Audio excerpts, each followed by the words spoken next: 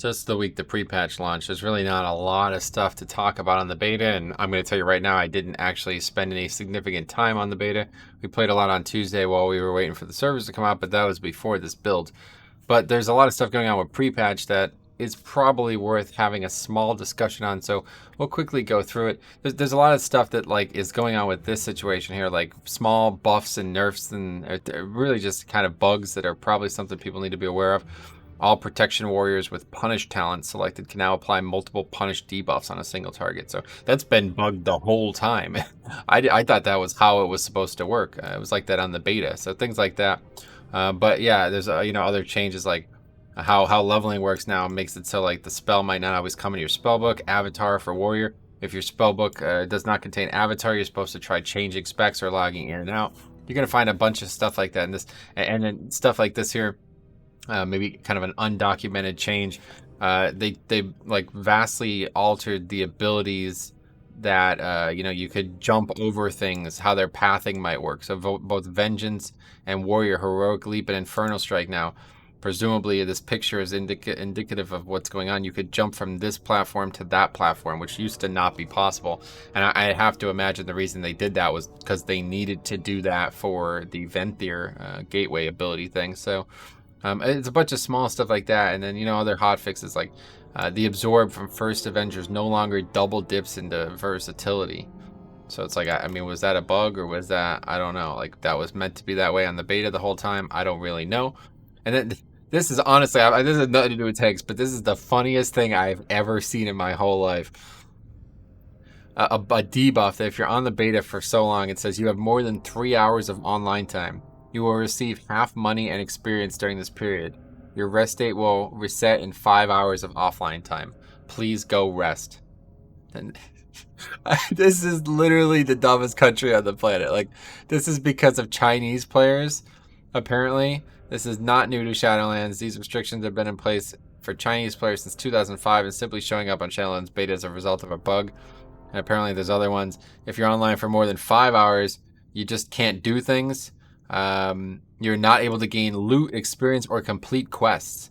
Your rest date will reset. I mean, first of all, so what? Like, they're not allowed to raid? I mean, what are you, retarded? Who came up with this shit? Like, seriously, that country is such a fucking joke. I can't even, like, there's no other words to describe it. But I can't even imagine logging on and seeing. It just makes me crack up. Like, imagine logging on and seeing this. I can't even imagine. The funniest thing about it, your rest date will reset in 5 hours of offline time. So what? I've been online for 3 hours. I need to rest for 5 hours. Is that a joke? I mean, what is that country trying to breed? Like idiots? Like what? So you're not going to have any professional athletes. You're not allowed to be obsessed about doing anything, I guess. Anyway, one other thing, again, not related to tanks. Then we'll get on to the tank stuff that you should be aware of. Huge nerfs to the experience required. So if you didn't follow the talk here, basically from like 56 to 60 was like absurdly hard. You could never, it was really, really difficult to do in the beta. They added like a 40% buff to to fix it. But now it seems like they've just changed things entirely. So the problem is they reduced some of the lower levels too, which certainly did not need to be changed. Like 52, 53, 54, these levels were perfectly fine. I didn't start finding issues until 56 to 59, and 58 were really bad. So they just made leveling like way faster. And I think that's probably going to be a good thing for most players. We'll see how it plays out. Last time I leveled a character before they changed it the first time. I was actually so fast at leveling that I had to stay in the zones to finish the campaign, which I didn't like either. But anyway, that's all just general stuff, PTR, maybe some small beta changes. Now there's some actual things to talk about. There's a bunch of beta changes. Just before we get into them, I just want to talk a little bit about where I've seen tanks in PTR. Now, I haven't done a ton of Mythic Plus. I've done did some healing as well. So I have seen a fair display of different tanks. A lot of them are just Jix playing the tank, but I have seen a fair display. And I would say that right now, it seems like Azerite is still really powerful for a lot of tanks. Like, you might look at like the best tanks right now might actually be Warrior or even Bear, and even some degree Brewmaster, because they have really powerful Azerite that actually synergizes with the changes that happened. I mean, obviously Warrior was stronger when they had the Azerite and all the power. But compared to Shadowlands, it's something to keep in mind. Like, you might think like, oh, their classes are going to play identically, but that's completely the opposite. It couldn't be further from the truth, okay? So, like right now in keys and what people are doing, you're still saying, really, I think Bear is probably the biggest one. They are absurd. I don't know what's going on. Maybe it's something to do with Azerite, but they're able to do really, their defense is absurd right now. They're able to keep Iron Fur up a lot with a lot of stacks. And that's not, I don't really feel like that's going to be the case. I think they're going to get even stronger for different reasons, but they're going to be losing a lot of that. So just keep that in mind. I think like right now, like, Prop Pally and Vengeance are looking like really good tanks in Shadowlands. But like, a lot of why that is because of the conduits and soulbinds and class stuff that's coming in Shadowlands that they don't have right now. And same with Blood DK, like 3 of our best abilities, Ossuary, the change to Ossuary, sacking the Ghoul for 25% health, and the extra speed also, but also the extra Vamp Blood uptime. Those things are not there yet, you know what I mean? So not all tanks have been hit that way. Like, I don't think Bear has any like changes that are going to overcome, like, or that they are going to undergo while they're leveling. I don't think there's even one. Maybe there's one, but I don't remember what it would be. But so like right now, like Bear and Warrior and some classes are looking really powerful in the pre-patch. Just keep that in mind that it's just pre-patch. There's a lot of things that will change in Shadowlands. So anyway, so let's talk a little bit about what has happened on the beta. And the main thing to take away here is that pretty much all the legendary changes we talked about last week are no longer changes. Last week they said that they didn't want the legendaries to be too weak. They kind of undershot it, and they regret doing that, and they're undoing that in a lot of ways here. So first of all, this frost stuff, not related to tanking, but I just want to say this was the PTR hotfix stuff that we took a look at last week. It's identical to that. So unless some reason they buffed it back and unbuffed it again, these are just the changes we saw last week. People were saying they nerfed them again. To my knowledge, none of these are new. But anyway, there's a bunch of changes here that you need to be aware of for Blood DK specifically. So here's a good one.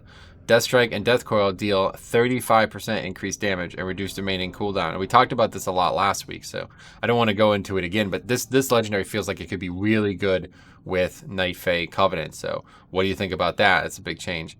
Again, Reanimated Shambler has been buffed again. This is something we talked about. Does a good, decent amount of damage. Death's Embrace increases the duration of Anti-Magic Shell by 140%. So, I mean, that's... I still don't see why I would ever use that legendary, but that's cool. Now they changed Pheromones, which it used to be 5 and 10%. So they changed it last build to 5 and 10%. Last time I tested it, it was 10%. Talked historically about how it was giving more than 10% for whatever reason. I couldn't understand the situation, but probably just because I'm an idiot and don't understand math. But now it's giving 8%. So Blood DK gets an 8% buff while standing in their Death and Decay for both them and the pet. So obviously this isn't, I mean, that's fine. It's a buff back to higher than it was, but it's not back to 10% like it was. So a bunch of changes to Havoc and all kinds of stuff with legendaries there too. Realistically, I haven't seen any Vengeance stuff specifically with the class, but the legendaries, I don't actually realize what most of these are. So, I mean, to me, it doesn't look like anything special. Like, I don't see anything there. Like, Immolation damage is a chance to grant you Foul Bombardment. Increase the damage of that. Your next throw glaive deals to your primary target by 20%. I guess it's like a nerf to... I don't know. So, let me know what you guys think about it, if there's anything to think about. But then again, a bunch of tank changes here.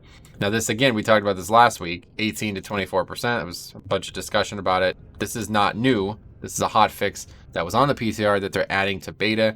Same with Pulverize. Again, see, not actually new. Legacy of the Sleeper. This is like an oversight. It wasn't including Incarnation. This has been fixed. So, stuff like that. This are Resto Druid legendaries. Adaptive Swarms, balance change. Doesn't seem like there's any change to Guardian. Empowered Bond. I mean, again, I don't know what they're even doing with this talent or with this. I really don't get it. But either way, again, it's only changing for Balance Feral, non-Guardian, I guess technically. I don't see anything for Guardian here. Ravenous Frenzy. This looks like it's another change, although I think I'm not sure how new this is. Okay, so for 20 seconds, I thought they already buffed this. But anyway, for 20 seconds, druid spells you cast increase your damage and healing by 2% and haste by 1% stacking. So before it was damage and healing and haste by 2%. Damage, healing, and haste by 2%. Now it's damage and healing by 2% and haste by 1%. So small nerf to that, I guess. I was fairly certain. Oh no, what they changed was the amount of idle time. Yeah. So this now lasts 20 seconds, 2 seconds idle time. Pretty big deal. It was 1. I think it was 1 second, 1.5. It was changed last week. We talked about it then. But draft of deep focus when Moonfire, Rake, or Rip are active on a single target, their effects are increased by 10% more, now 40%. So there's another legendary that we tried early on with Bear, and it just doesn't. Again, I don't see why anybody would take some of these legendaries. I think they're kind of scrambling to make some of these valuable, but they changed the Brewmaster stuff again. Charred Passions up from 70 to 100%. Additional damage is fire damage. Mighty Pour Celestial Brew increases your armor by 25% for 7 seconds, and Purifying Brew has a 25% chance to not consume a charge. So Purifying Brew not consuming a charge, that's a bigger buff for sure. Celestial Brew increasing your armor, I'm not really sure. That seems kind of not a big deal. 7 seconds, only 2. But this one was the one that we talked about last week.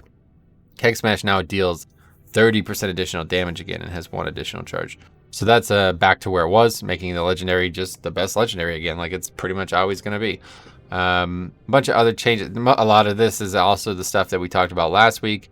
The hotfix, Fallen Order. Now every 3 seconds it summons a spirit, which is a nerf, right? Because instead of every 2 seconds, it's every 3 seconds. So that's like what, 30% less dudes that come out of the portal. It's kind of a really big nerf, isn't it? Other than that, it looks like everything else is the same, or in focus to light, 33%. I feel like that was already happened last week. I remember they buffed it. Straight No Chaser, and this is Azerite power. Shuffle increases your armor by 13. Has a chance to not consume a charge. So this was something that people were talking about, like what's going to actually happen with this.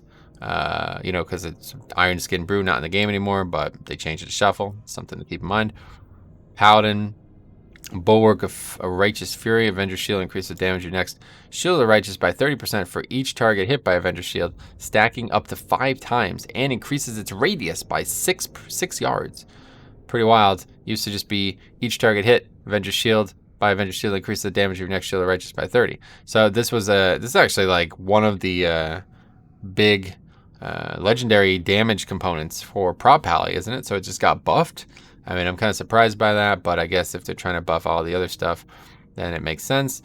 This one, though, your Avenger Shield has a 35% chance to have its cooldown instantly reset when used. So, a little sad there. That was probably my favorite legendary for Paladin. So, but still 35%. I mean, that's not bad at all, especially because, the longer we go in the expansion, the more of those we're going to get out.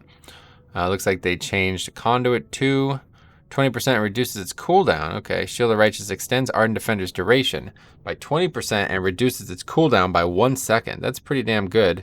But the 20% part does not scale anymore. So that's a huge nerf to the damage here. Huge nerf. Wait. No, I'm an idiot. This isn't the Conduit I'm thinking of. Shield of Righteous extends. Yeah, I'm an idiot. Forget it. Not the Conduit I was thinking of. It makes the duration of Argent Defender 20% only, but reduces the cooldown by not really that much. That's kind of odd. I'm sure that's still up in the air, because that would be weird if it stayed 2 seconds for that long. Anyway, I'm sure there's more stuff here, but I wanted to get to this main thing here. This is a really big change, and if this was the whole focus of the video, this would be all I would want to talk about. So let's get down here to this. There's a really, really big change to some of these legendaries, so I'm interested in talking about them. Is there any warrior things that I missed? Reprisal, the first attack you intercept with Intervene grants you Ignore Pain and makes your next revenge cost no rage and deal 200% more damage. That's pretty good. Shield Slam generates an additional, Shield Slam generates an additional 5 rage and reduces the remaining cooldown on Shield Wall by 5 seconds. That's pretty good. You can have a lot of Shield Wall up with that. Thunderlord, each enemy hit by Thunderclap reduces the remaining cooldown of Demoralizing Shout by 3 seconds. Now it's, wait, oh, I see. So the more targets you hit, the more it reduces it. That's kind of good for 5-mans. Unbreakable Wall, your shield wall ability. Shield wall also grants, so it's just like they changed the way it's worded for some reason. Legendary effect here. Whirlwind hits 3 or more enemies. This is arms only. Protection, it's 40% more damage. Okay, so we talked about that last week. They made a change to that. And then Ashen Juggernaut, execute. Increase the critical strike chance of execute by 2%, stacking up to 8 times. So now it looks like it stacks up 8 times only, but 2% is modified, so it goes 2 all the way up to 4.8. Interesting. Okay, but here is where...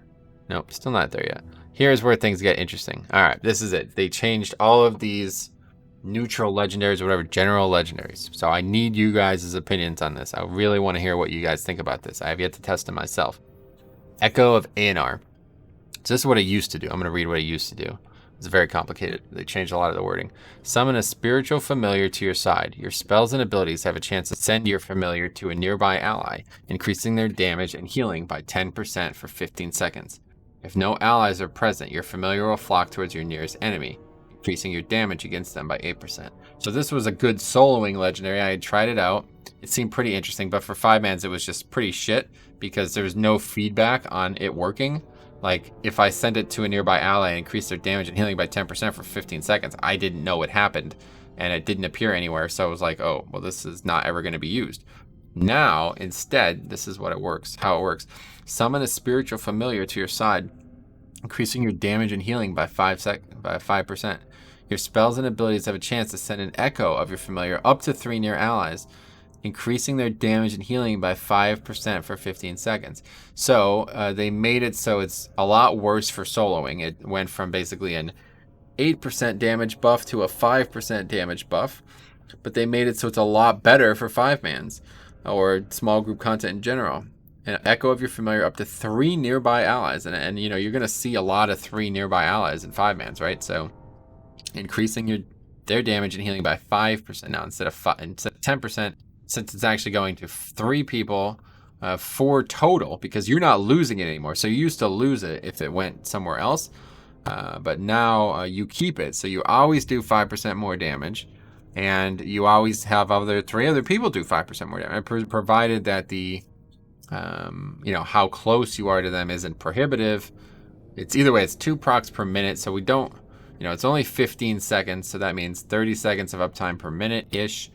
I think that's pretty damn good, man. I think that would be really good for 5-mans. I'd like to see how it works. Let me know what you think. Third Eye of the Jailer. Killing a creature in the maw increases your damage by 2. This is literally completely changed. Killing a creature in the maw increases your damage by 2%. Killing a creature with the same name continues to stack this effect by 5 times. Stacks are reset if you kill a creature with a different name. So this, I thought it used to be Torghast, but I guess it worked in the maw as well. And it was basically just like a solo type legendary again. It was really, really nice for soloing. But now it's completely different. Killing an enemy grants you the Jailer's Eye, increasing your primary stat by 1% for 10 seconds, stacking up to 7 and increasing the duration by 1 second for each additional stack. The duration of the Jailer's Eye is increased by 50% while in the maw. So it's no longer like a maw Torghast legendary only, which is a good thing. But it's really, like, I mean, that could be really good for 5-mans, right? Killing an enemy grants you Jailer's Eye by 1%. Primary stat increased by 1% for 10 seconds, stacking up to 7, and increasing duration by 1 for each additional stack. So it no longer has to be the same enemy, and it no longer has to be in the maw. That is a massive, like, that is on the table now. That's like an amazing legendary, right? Like, I don't know. Do you actually have to be the killing blow? That's the question. I don't know. But provided that you do not have to be, this is insane for 5-mans. Now, it only lasts for 10 seconds, though.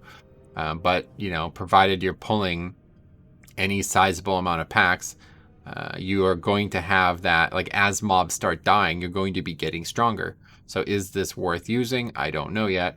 But it's going to last for a fair amount of time, increasing duration by 1 second for each additional stack. So if you fought 10 mobs and you killed 7 of them, you now have this up for, I mean, depending on how quickly they died, you might have this up for the rest of those last 3 mobs. Could be really good for bolstering, something like that. Anyway, this is the main one, though. This is a really, really, really notable change, and it's probably the most notable legendary, actually, considering what has been going on. So if you haven't watched the stream, you haven't watched me do stuff with Vitality Sacrifice on, you would know that this legendary has been overpowered since its addition to the game. In fact, it was even more overpowered at one point. I don't know if they nerfed it or things just settled down, but it was not going to work, obviously. So here's what it did. It's completely different now again. The first time you damage an enemy, absorb the next blah, blah, blah. It was a lot. Let's put it that way. Damage from that enemy and reflect it back to them. Okay. You may only have one shield active at a time. Yeah, so basically, the mob does damage to you. You gain a heal from it, and you do damage to them the first time you damage an elite enemy. Now, I don't think it was working, first of all, because I've seen it up again as the pack was like already underway. So I don't know why that was happening, and maybe that's why it was so overpowered. But one way or the other, this was like ridiculous, and it was going to be ridiculously good for Blood DK too, because it meant that like you drop D&D on 5 mobs and you immediately gain a giant shield and do a bunch of damage. That's like perfect for what Blood DK was going to be doing. And even though I liked some of these other legendaries, it was already starting to look like, wow, this is going to be the best legendary by a mile for all tanks, and probably for even DPS too. I don't know how it would work, but anyway, now it is like, I can't even believe how different it is. Taking significant damage from a player or elite enemy, so elite enemy is important, increases your damage and healing by 3% of the damage taken, up to a maximum of 9% for 20 seconds. Unfortunately, though, this effect can only occur every 30 seconds. So, if you did not play MOP, or even WoD to some degree, you missed a mechanic called Vengeance, and then in WoD it was called Resolve. In MOP, Vengeance was exactly like it is here. The more damage you took, the more damage you dealt. And it also increased your healing as well. And then in WoD, they got rid of the damage portion because it was stupid, and Resolve was just healing. So still really, really powerful. Blood DK dominated those two. Monk actually really dominated those two expansions because of that. But it was basically just the raw amount of damage you took. And because of Monk and DK dealing with damage differently than other tanks, it was like really good for them. Whatever. We're not here to talk about that. But instead now we have a kind of a modified version of it returning to the game with this legendary. Now, if you played the game in those expansions, you'll remember that it was basically an expansion defining feature for really all PvE. Tanks would literally do more damage than actual DPS on raid bosses because they'd just be getting hit so hard that they would just have, most of the time tank was top DPS in a lot of fights. So was that good for the game? I'd say no. I think maybe tanks thought it was fun. Maybe people would want to see it return, blah, blah, blah. They're a little bit more, they're not as overpowered in this state, obviously, regardless. No matter what, the most you're going to do is 9% more damage. But do you like the concept? For me, the answer is no. I don't think I would take this under any circumstances simply because it can only occur every 30 seconds. It doesn't even make sense. That doesn't even make sense. What are you talking about? It lasts for 20 seconds and it can only occur every 30 seconds. So this is, first of all, not how it used to work. It was just perpetually, and it went up and down based on how much damage you took. But the thing is, so what? If I can't have it occur when I get hit really hard, then it's just useless. What happens if, you start the fight and 31 seconds later, the boss hits you really hard, but up until that point, you took one auto attack and you barely took any damage. So then for 30 seconds, it's gone, right? Am I missing something? That's a really poor design. They need to just make this up 100% of the time, keep it at a maximum of 9%. Don't worry about the 20-second thing. Just make it variable like it used to be. And then you have a cool legendary here. But this legendary was looking like, I didn't even want to use it because I knew it was going to be overpowered. I knew I don't use this legendary. It's going to be changed. It's going to be fixed. It's going to be different. And I was right. It's a really cool idea that they're trying to bring this back. But one way or the other, I don't see how this is going to work. But if it was perpetual amount of healing, increase based on the damage I took, then we might have something to talk about. It's just it would be so finicky to use this, right? So I'd be very interested to hear your thoughts. Let's hear it. So yeah, there's probably other changes I missed. But frankly, Prepatch, man, I spent a lot of time on Prepatch, so I'm going to continue to try to cover these. But realistically, I'll probably be playing beta less and less and less. There's a lot I want to do in Prepatch, so let me know what you think. Otherwise, thanks for watching. We'll see you in the next one.